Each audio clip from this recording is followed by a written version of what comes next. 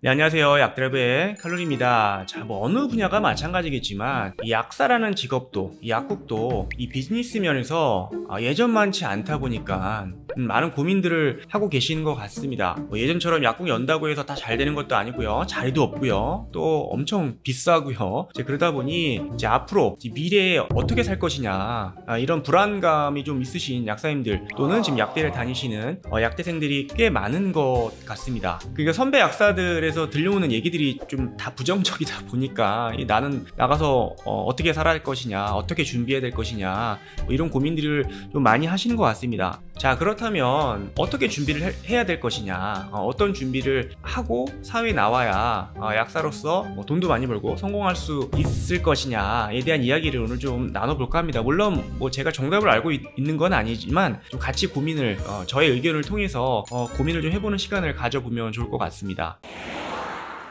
물론 약대에서도 여러가지 면에서 기본적인 그런 직능을 습득을 하셔야겠지만은 졸업하고 나와서 배워야 될 게 훨씬 많습니다. 물론 6년제가 되면서 여러가지 임상이라든지 실습이라든지 이런 커리큘럼들이 생기면서 약대에서 미리 좀 경험을 해보는, 또 고민을 많이 해보는 그런 시간들이 있지만은 졸업하고 나와서 약국 환경에서, 약국 그 실습에서 배워야 될 게 훨씬 많다는 거죠. 자, 그래서 약사로서 그런 어떤 전문 지식을 사회에 나와서 다시 좀 업그레이드 하는 측면에서 좀 배울 필요가 있다고 생각을 합니다. 그렇지 않으면 사회에 나와서 어떤 약사로서 어떤 직능을 기본적으로 발휘하는데 좀 애로사항이 생기기 때문에 건강과 관련된 다양한 분야에 관심을 가지고 책도 많이 읽으시고 어디 강연도 다니시고 강의도 들으시고 하면서 좀 기본적으로 좀 공부를 좀 많이 할 필요가 있다라는 말씀을 좀 드리고 싶고요.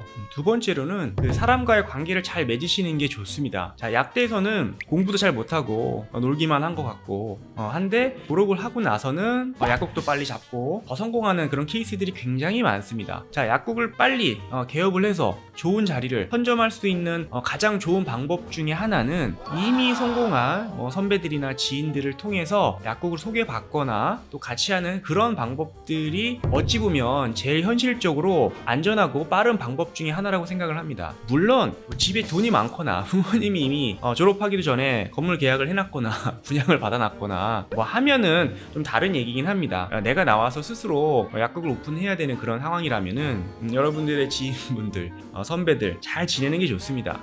그래야 기회가 올 확률이 높고요. 내가 스스로 매물을 보고 부동산을 찾아가서 좋은 약국, 저렴한 약국을 구하기란 거의 불가능하다고 보시면 됩니다. 그런 면에서 지인들과의 관계를 잘 맺어 나가는 게 좋을 거라고 생각을 합니다.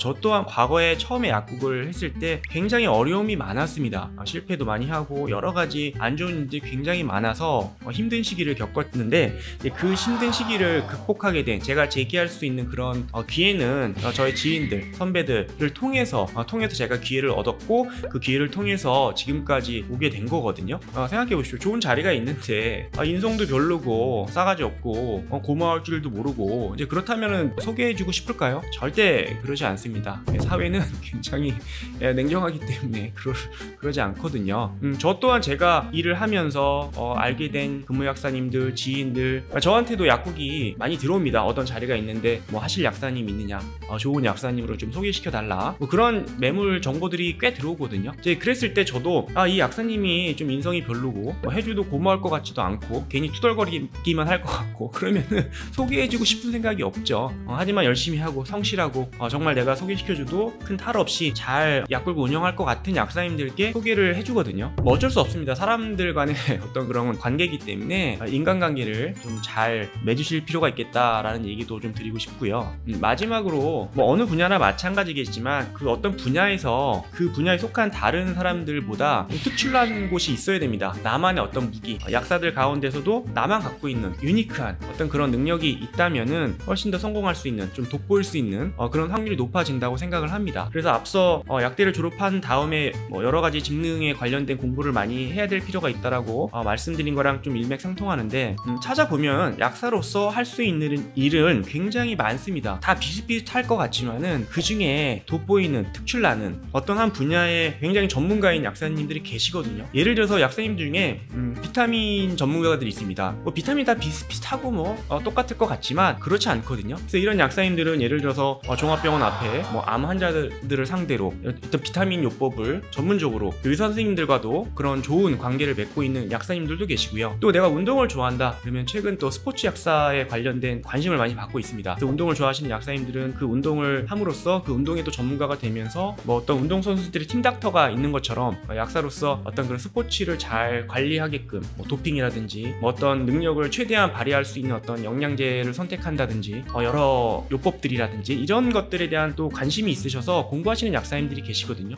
이런 것처럼 여러 분야에서 약사들이 할 수 있는 일은 굉장히 많다라고 생각을 하고, 그래서 어떤 분야에서 약사로서 유니크한 능력이 있다라면은 훨씬 더 돋보이고 성공할 수 있는 확률이 높다라고 생각을 합니다.